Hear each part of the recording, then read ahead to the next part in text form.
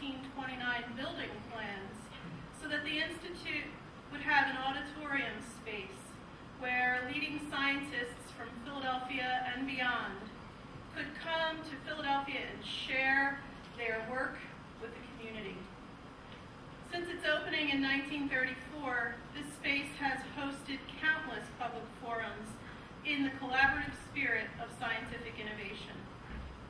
In late 2007, this auditorium was closed for a major renovation that has brought state-of-the-art technology to the space while maintaining its original architectural elements. The theater is now used throughout the year for public programs that support the Institute's mission of inspiring audiences of all ages to develop a passion for science learning.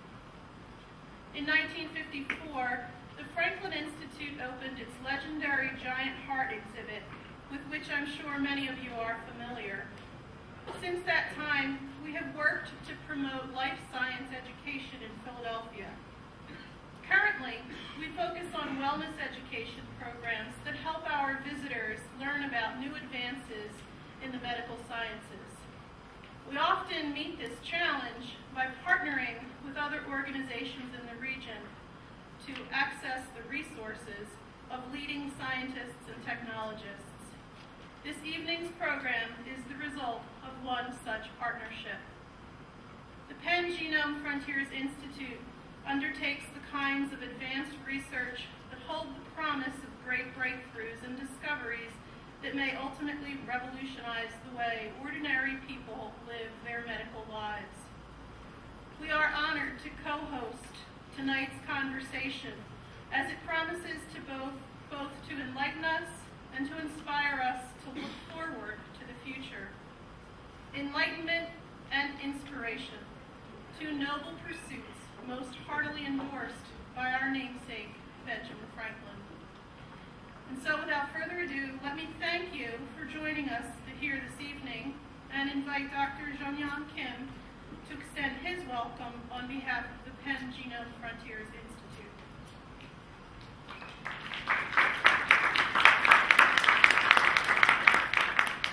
Good evening, and thank you again for coming out tonight. Now, I think one of the most remarkable achievements in the last 100 years is the discovery of the fact that every life on Earth, in every single cell, contains a coded script between the letters A, C, G, T, the DNA, that we call the genome.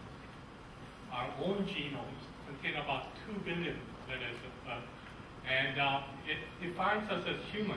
But not only that, it defines us each individually, personally, as biological individuals.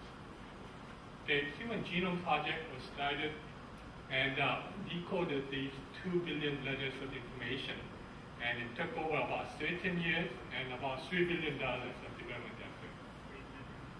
I know that number doesn't seem like such a big number these days, but it was a monumental effort that resulted in decoding the genome of a single individual. Now, mere 5 years since the completion of this project, we're nearing the technology where each and every one of our genomes can be decoded within a few weeks, few $1,000 of effort. So we are really ushering in the era of the personal genome. The Penn Genome Frontiers Institute was established in 2001 to advance and promote genome-enabled science and medicine. And tonight, we're proud to invite distinguished members of our institute in this public discussion in collaboration with Penn Institute for Translational Medicine and Therapeutics and Center for Bioethics. And we're especially fortunate to be able to do this in one of the crown jewels of Philadelphia, the Franklin Institute here. And we're really honored to have with us today Ms. Gina Kolata from the New York Times. Ms. Kolata, I guess at one point, was a mathematician and a biologist, very appropriate for genomics, which is an interdisciplinary science. And she's a science journalist, author of 6 books, and she has been at the forefront of mediating the dialogue between public and science, covering all kinds of topics in a balanced way, controversial topics like human cloning and fetal health. So with that is Ms. Kolata.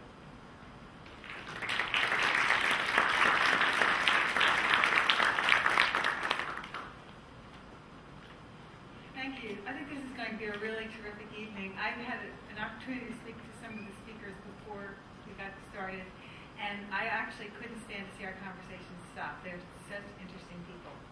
The very first person who's going to speak to you is Dr. Tom Curran. And I asked him what he wanted me to say about him, and he said, I'm supposed to tell you that he's a really nice guy, and he doesn't bite, and you should feel free to ask him questions afterward. But as you can see in your program, he's got a very impressive resume. He studies pediatric brain tumors, and he was a neuroscientist. He was at St. Jude's Hospital and saw children with brain cancer and got interested in studying that. He's also seen cancer from a very broad cancer research and genomics from a really broad perspective.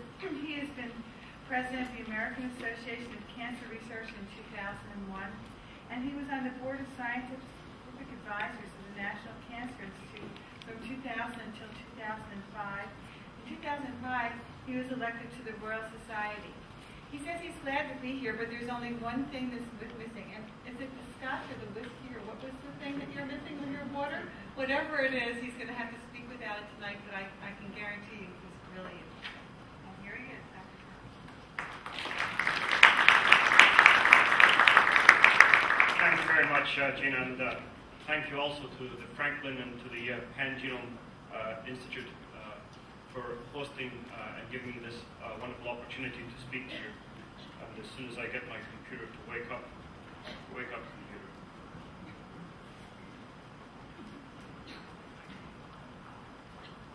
So, all children are unique. And as parents, we know some of them are more unique than others.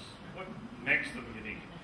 Well, it's in their genes, it's in their genome, and it's in the interaction of the sum total of all the genes and the environment in which they grow up that makes them so unique.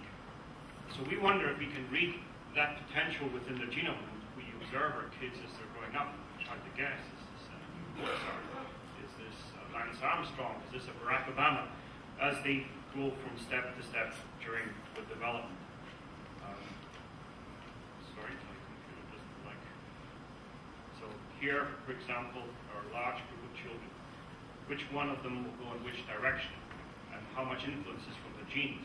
Well, in some cases, the influence is quite a lot. No amount of encouragement or practice would have made Willie Shoemaker into an NBA star. And I don't believe the horse has yet been born that could carry Wilt Chamberlain to victory in the Kentucky Derby. So really we're looking at a balance between the genes that you're born with and the training and environment and the exposure that you grew up with. But the same is true of diseases. So looking at this group of children, why is it that some of them will have cancer, some of them will have autism, some of them will have blindness? Can we understand that and help to either treat or prevent those diseases by understanding the genome? So what is the genome? You've already heard some definitions. And I used to have to tell people what a trillion was, but I guess we all know pretty much what a trillion is. But each of you have about 100 trillion cells. Cells are the basic building block of biology. Each cell contains DNA packed into 46 chromosomes in humans. The human genome has a total of 25,000 genes written in each of those chromosomes.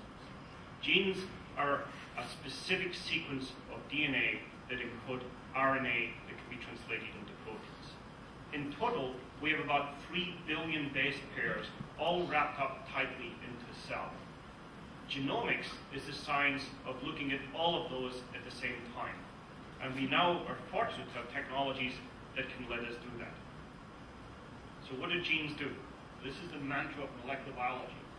Genes in the form of DNA make RNA, and RNA makes proteins, and proteins make people. So now I'm going to take you inside. Let's look in some detail at those processes that generate people. This is a single cell. As the cell divides, its nucleus here, which contains DNA, also divides, and the DNA is duplicated and pulled apart into 2 identical daughter cells. That's the basic principle of biology. Let's look more closely at these chromosomes. This is a set of chromosomes looking at down the microscope. We've used a technique that paints them all different colors, but these are actual human chromosomes. Let's look closely at one of those chromosomes. Use a much higher power microscope, and we recognize chromosome is a tightly packed structure of wrapped up DNA. This is the classic Watson and Crick double helix structure. It's like a very, very long spiral staircase. Here is this double helix structure, 2 strands of DNA bound together through base pair interactions. And as you heard, A binds to T and C binds to G. And this is the code. This sequence, alternating for 3 billion base pairs, is what makes us humans. Each of us in this room differ in about 10 million base pairs. That means we're 99.7% identical. So we have a lot more in common than different. Let me tell you about the properties of DNA, because it allows us to study DNA on the genome scale. It's basically like a zipper, A, T, C, and G binding to one another. You can pull those strands apart, and then they stick back together again, just in the exact order. This is the principle of duplication. The strands come apart, and each one serves as a template to resynthesize another strand during cell division. So we use a trick. We take the DNA, very tiny nanodroplets, and we drop it onto a slide, and it sticks on the slide. Let's do it again. Here's another one. Another drop on the slide. And we do that many, many times over until we create a DNA chip with the entire genome on a slide. And if you would like to see what a real DNA chip is, come up afterwards and I can show. I just dropped someone's potential. This costs $1,000. We take DNA on the slide and incubate it with DNA in which we've added a light bulb, a little fluorescent tag. And then we let them sit together and they stick. They form the zipper. And when you turn out the lights, you see a shining light at the very spot where those DNAs interacted. By using lots and lots of DNAs, of small pieces of DNA, we can actually read the variants in the entire genome. We can have 1 million points of light, all telling us about the genetic complement of this particular individual outlined on this DNA chip.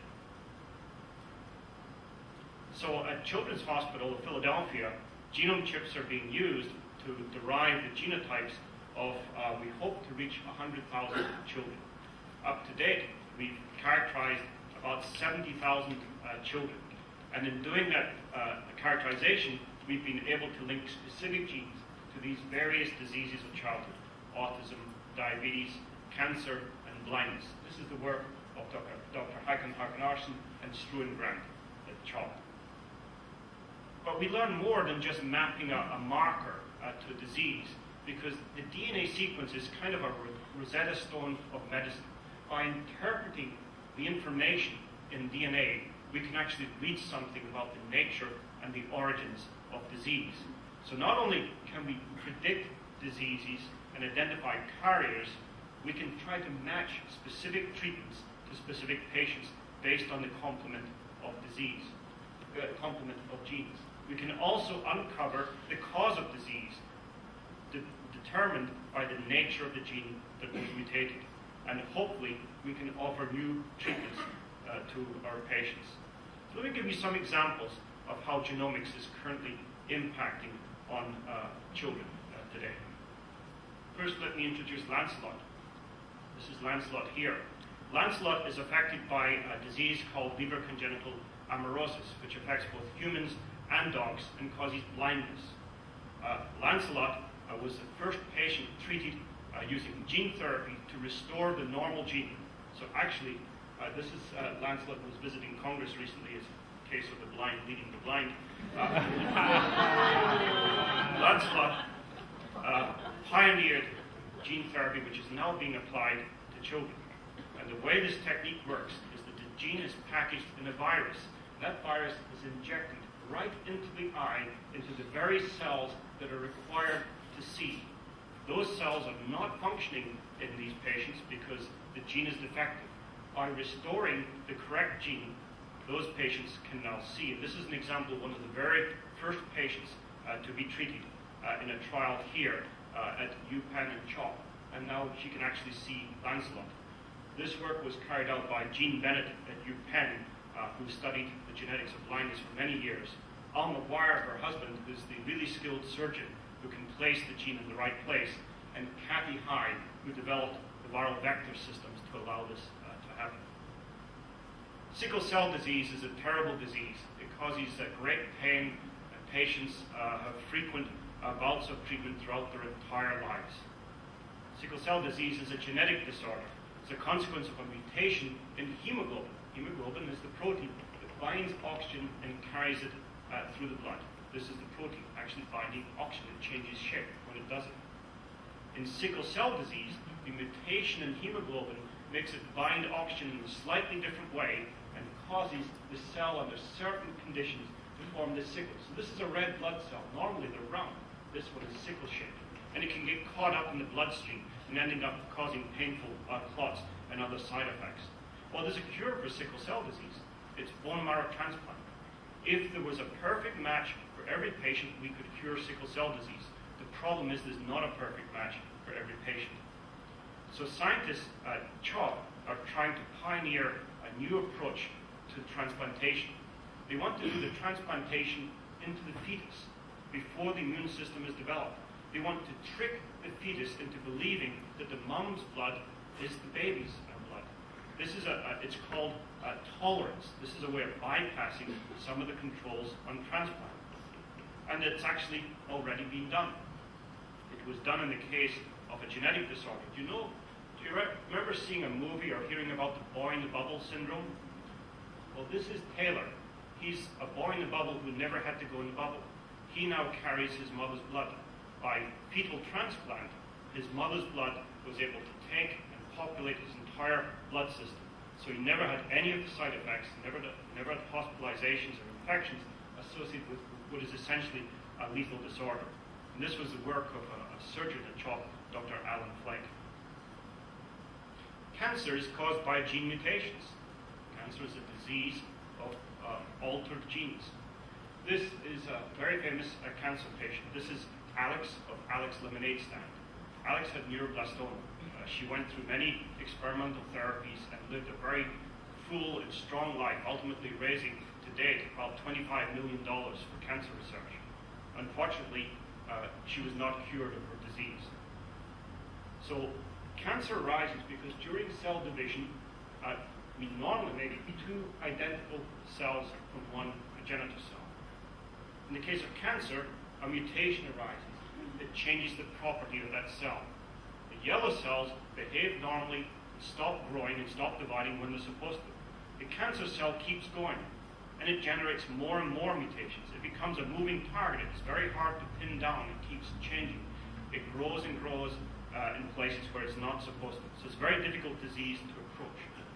So we're now using the same kind of human genome approaches to try to understand cancer by looking at all genes in the genome to map changes and mutations, to try to find ones that can point to potential therapy.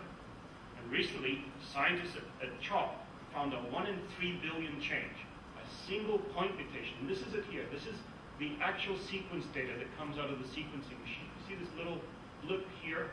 That's actually a mutation in a specific gene. The gene is called the ALK kinase.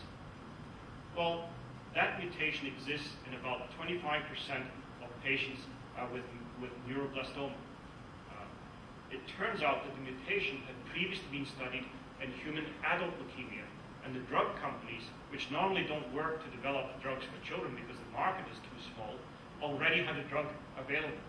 And this drug, 1 year after the discovery of the mutation, is now being entered into clinical trial in neuroblastoma.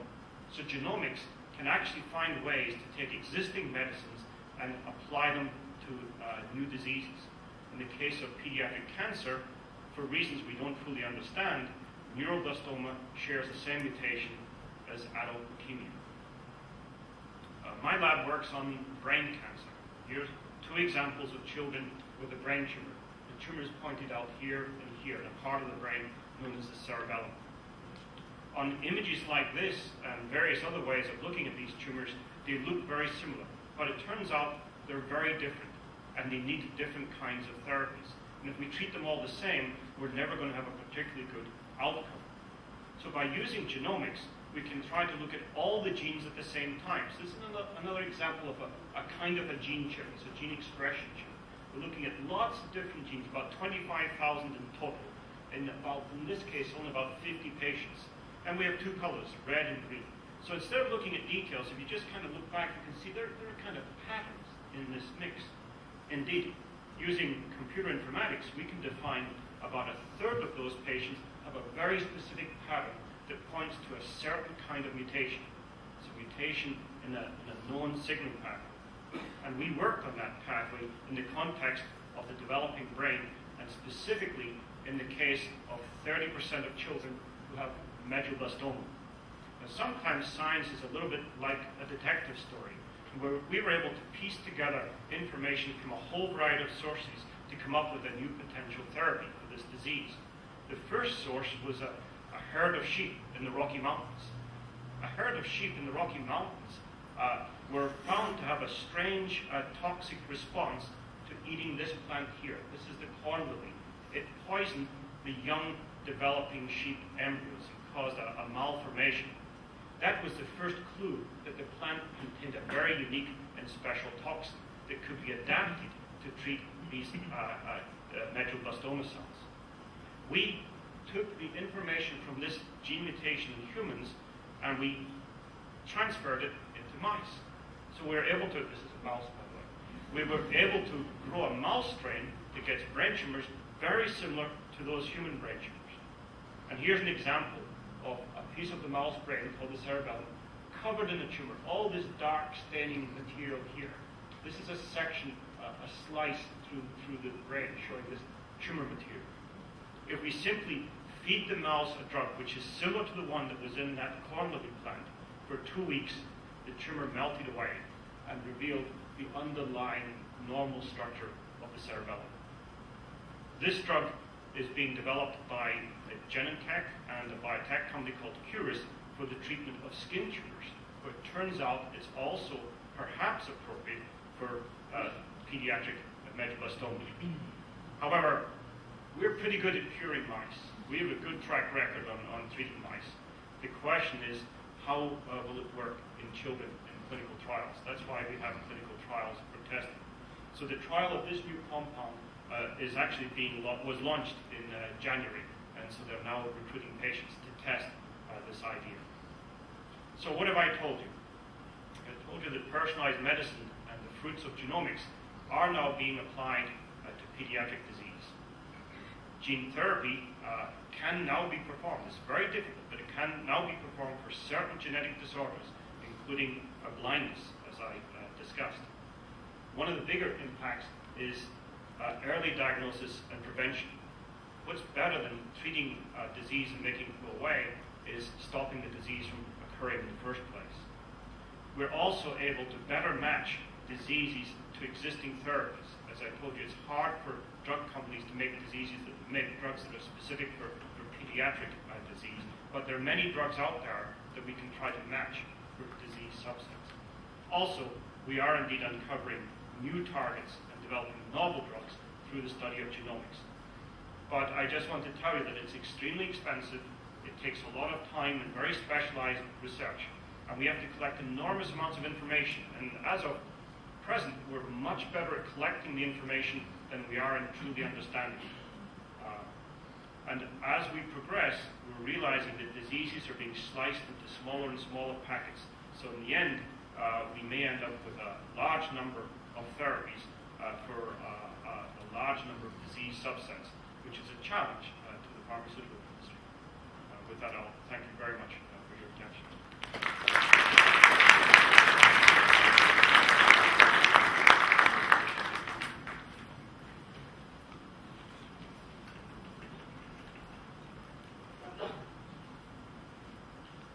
Thank you, Dr. Curran. That was really fascinating. Our next speaker is Dr. Garret FitzGerald. He said that I should tell you that he and I go back a long way. We used to talk about Bioethics and Celebrex when the news first started breaking, and I've had a lot of telephone conversations with him over the years. He's always been clear and always been interesting. He said I should tell you he's interested in translating basic science into clinical opportunities. He actually directs the Institute for Translational Medicine and Therapeutics at Penn. And he also, before he came there, he was professor and chairman of the Department of Medicine and Experimental Therapeutics at University College in Dublin, and was founding director of the Center for Cardiovascular Science. He's also a scientific advisor to the Food and Drug Administration, so he sees firsthand some of the questions that Dr. Curran was just raising about how difficult it might be for drug companies to develop therapeutics when you have so many different genetic types and you're trying to find drugs that are matched to the patient and the patient's particular disease. So I'm looking forward to hearing what Dr. FitzGerald has to tell us tonight about genomics.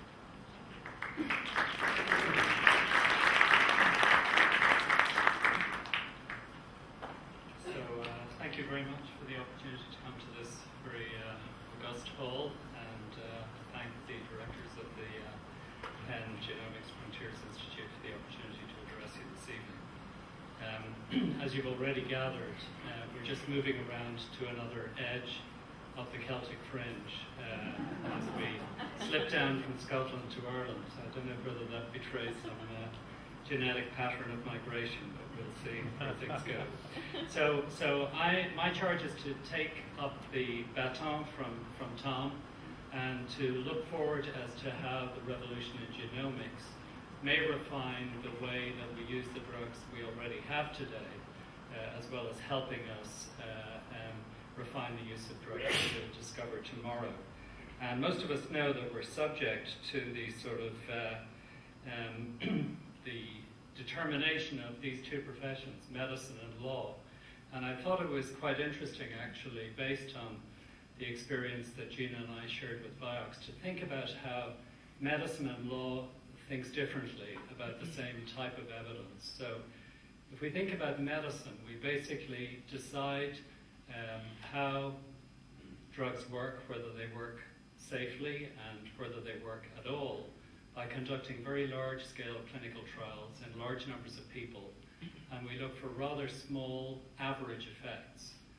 And this is how we approve drugs. This is how we decide to withdraw drugs that might be dangerous. So, for example, such an approach showed quite conclusively that Vioxx and other drugs caused heart attack and stroke. But the law looks at things in a somewhat more personal fashion. And as far as the law is concerned, they're not so interested in that type of approach to evidence. What the law is much more interested in is, has this drug caused your heart attack or your stroke? And that's a much higher level of evidence, in a sense, than we ask for in medicine. And even though you might have the medical criterion of evidence, it becomes much more challenging to reduce to a personal level the level of evidence required for the law. So, in a sense, they're already at the personalized stage of medicine. So, let's just think about the promise of personalization. I may dislocate my neck while I look upwards, but what we'd like to say is that we get to the point where we can say to a patient, this drug works for you. And the really encouraging thing as far as that's concerned is that we have a couple of examples where that's true already. There are a couple of drugs that are out there treating people with cancer, Herceptin and Gleevec, where you really have to have a certain variation in your genome before these drugs can work. And in fact, when patients were looked at without that sort of differentiation originally, the fact that Gleevec worked so particularly well was missed completely until the company driven by some scientists in the academic sector went back and re-examined the evidence, looking for evidence of drug action in patients with a particular genomic variation. So we have walking examples, additional to the ones that Tom's already described, that show the power of how information about the genome can refine our knowledge about the likelihood of a drug working. We'd also like to be able to say, this drug is unlikely to harm you. And we're beginning to have the approval by the FDA of tests that actually begin to narrow that sort of evidence down to being able to enhance our ability to say, you really should avoid this drug. So, for example, warfarin is a drug that prevents clotting, it thins out the blood, but it can make you susceptible to bleed. And there are tests approved now, genetic tests, that identify people more likely to have problems with bleeding with warfarin. Additionally, occasionally, patients who take statins have problems with their muscles. And now it's known that with certain variation in the genome, certain patients are more predisposed to that. And finally, Plavix, a drug that's been in the news, another aspirin-like drug that thins out the blood, needs to be broken down in the body before it's active. And some people have an impaired ability to actually break down Plavix into an active drug. And again, genetic tests are likely to emerge that actually provide that sort of evidence. But the real challenge is, will that information about our genetics actually refine the way we use these drugs right now? So right now, for example, when we give statins, we warn people to look out for the possibility that they might have aches and pains in their muscles, and we monitor them for biochemical tests in their blood that might provide evidence that they have problems with their muscles as time goes on.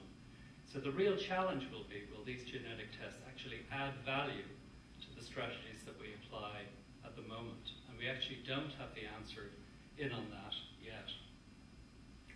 Now, additionally, we'd like to go a little bit further than that. We'd like to say, your genome suggests that you actually should start taking this drug, although you feel quite well.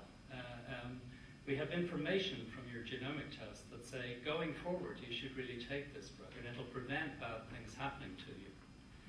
And more likely, actually, as time goes on, we're going to be combining genomic tests with tests in your blood or tests in your urine or tests in your saliva that together will give a readout not just of your genome, but also of the environmental impact that also conditions your response to a drug. And we're quite a way from being able to take those two steps at the moment, but that's exactly where we're heading. Well, let's think about this in a little context. And a little context is that although the pharmaceutical industry has been extremely successful for many years, over the last 10 years or so, it's been running into trouble. So what we're looking at here are the number of new drugs approved by the FDA over the last 10 or 11 years. And what you can see is there's been a rather dramatic drop in the number from 53 approved in 1996 down to around 20 in 2008. And this is a sort of unsustainable business model when you think that in constant dollars the amount of money that's invested in research and development has increased as these numbers have declined by around 15-fold. So that's a real challenge to the industry. Furthermore, there are other sorts of challenges occurring in the marketplace. So the generic share of the market, those over-the-counter drugs that you can buy at the moment, accounts for around 60% of the market in the United States at the moment. And even before the recent discomfort with respect to the economy, the number of prescription drugs in the States had really declined rather dramatically. And this is where the profit margin of the industry, that amongst other things contributes to the research and development budgets of the industry, comes from. Now, the response of industry to this sort of developing crisis has particularly been to merge. And I think it's sort of interesting to sort of look at the response to the most recent merger, the one between Pfizer and Wild that was introduced and obviously has local implications. And this was a comment on that merger that was from a leading observer in a business school that was in the New York Times. And basically the message was that Pfizer has a lot of cash, so they have to spend it on something. There is a redundancy in the expertise within the two companies.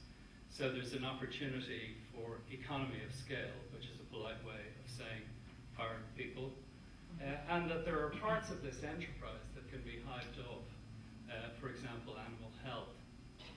Now, what you'll see is not there is this is a wonderful strategy for discovering new drugs and doing it more quickly and more efficiently and bringing them to the public marketplace. So we're in a sort of holding pattern at the moment where we're groping around trying to preserve an unsustainable business model.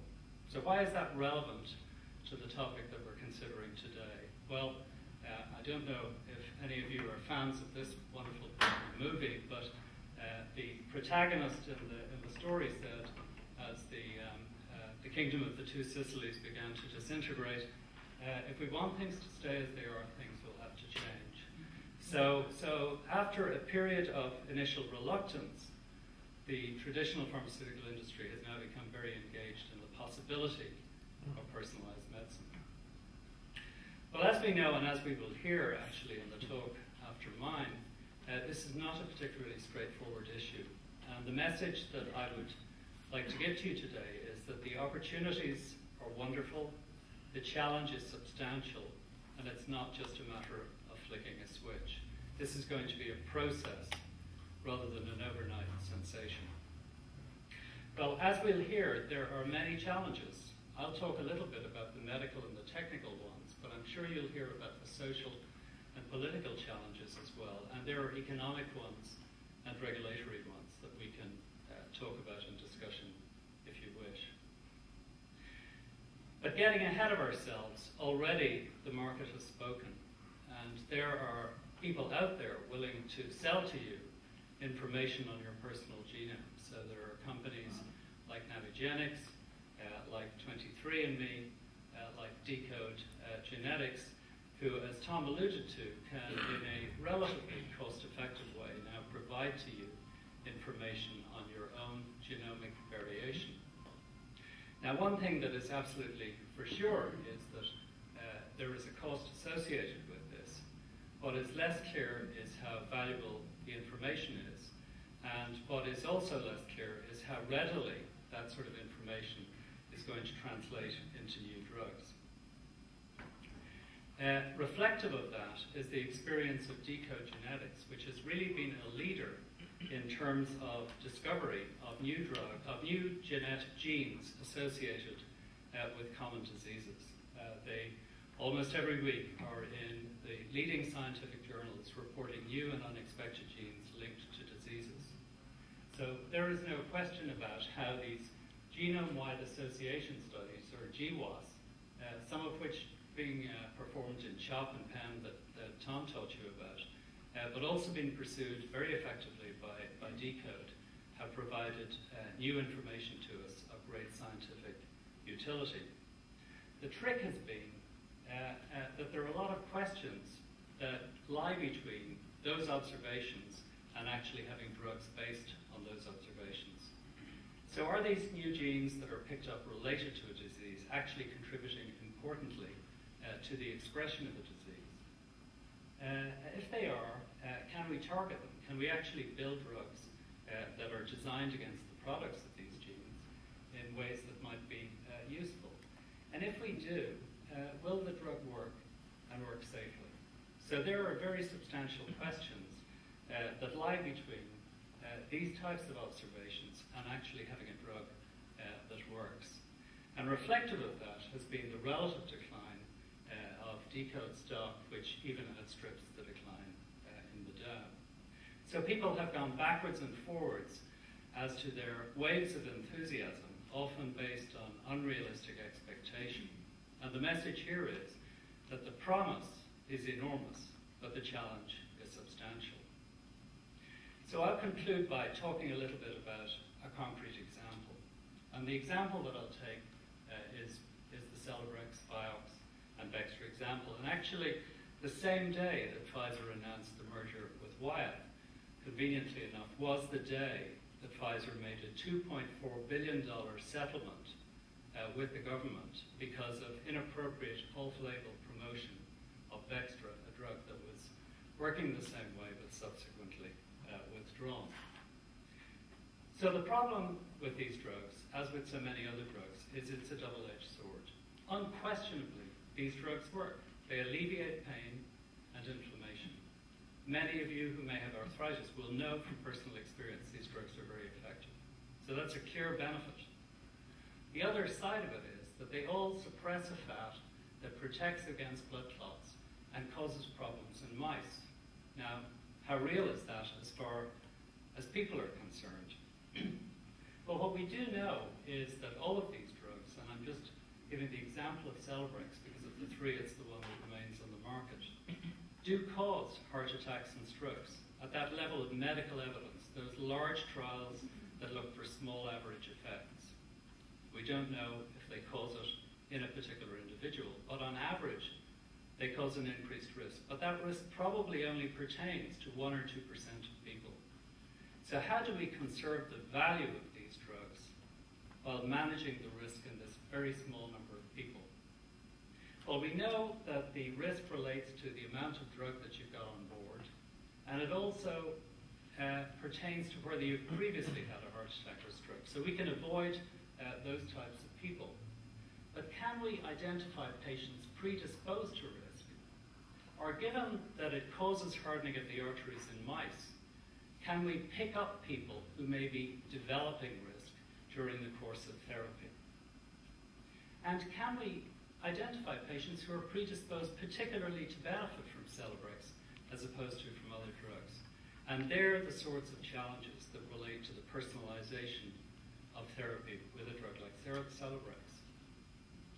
Well, it turns out that this was the biggest study, only 150 people, which ever looked at the variability of response of a drug between people and within people. Because if you take the same drug every day at the same time, you will have a different response to it. But by comparing the response between people and within people, you can say how much of this response is attributable to something stable, like your variation in your genome.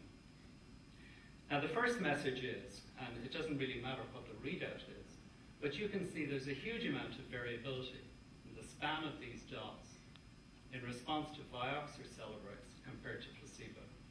So there's a big variability when people are given the same dose of the same drug under very standardized conditions at the same time of day, controlling diet and everything.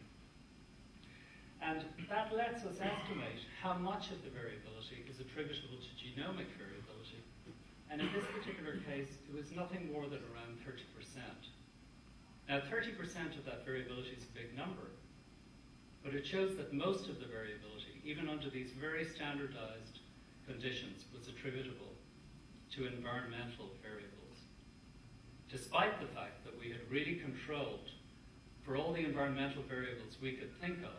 So in other words, most of them are things we can't think of. So therefore we have to combine not just the genomic information, but readouts of how the drug is working in us. We've got to put those two things together. And those readouts can be something like a rise in your blood pressure in response to the drug, which might vary between people.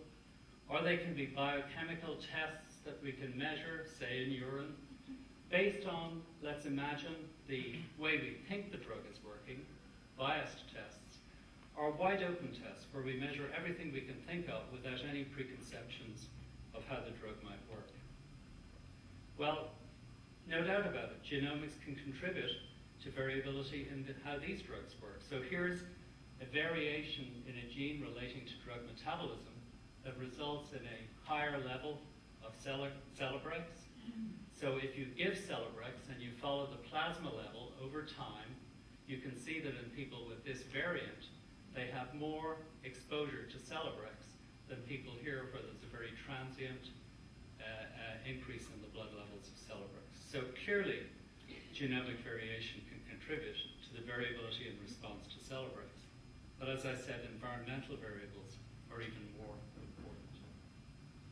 So it's going to be a relatively long haul towards personalization of common drugs used for common complex diseases. We have to ask questions like, in this case, might blood levels of the drug or the suppression of those protective fats that I mentioned or a rise in blood pressure predict the problems in people who get Celebrex? Will these things or some combination of these things mark out the people most likely to be at risk. What about these sort of unbiased analyses that I mentioned? Things where we just measure all the variation in genes in response to Celebrex, or all the variation in all the fats. Will that give us a clue to some unexpected mechanism by which Celebrex may predispose to these types of problems? And then finally, even if we have this information, and we say this marks out those people, will tests based on this information actually help us in reducing the risk when these drugs are put into large-scale clinical trials? So you can imagine to actually accumulate this type of evidence is a long time, a lot of work, and a big effort. So it's not flicking a switch. However, in conclusion, you can see the benefit of being able to say to people with much greater confidence than we can today that this drug is very likely to work in you and very likely to work safely in you. And therefore, I think it actually is quite a bargain for the invisible man to buy the emperor's new clothes. Thank you very much.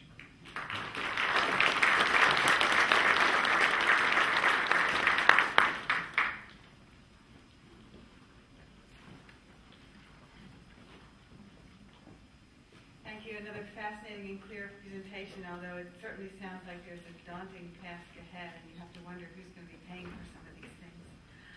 Our next speaker is Dr. Pamela Sankar, who's a bioethicist and associate professor in the Department of Bioethics. And one of the things that she's particularly interested in is how scientists working in medical and forensic genetics understand and use race as a research variable.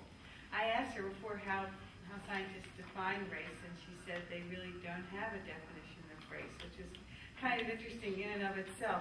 I'm really looking forward to seeing what she has to say to us tonight. She's also talked about the social and ethical implications of research on race and genetics. And she's also studied how doctors and patients communicate or miscommunicate when they're talking about studies that a patient might want or not want to be in. So I'm looking forward to this, and I'm sure it'll be another great talk. Thank you.